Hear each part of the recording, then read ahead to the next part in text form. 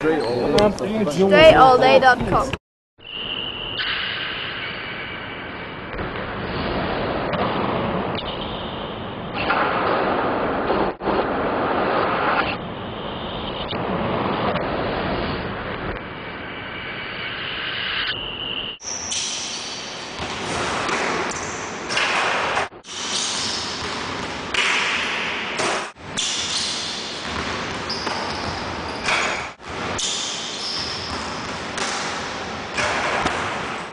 Actually, hold on. Let's see. Dre's got the ball. Let's see what he does here.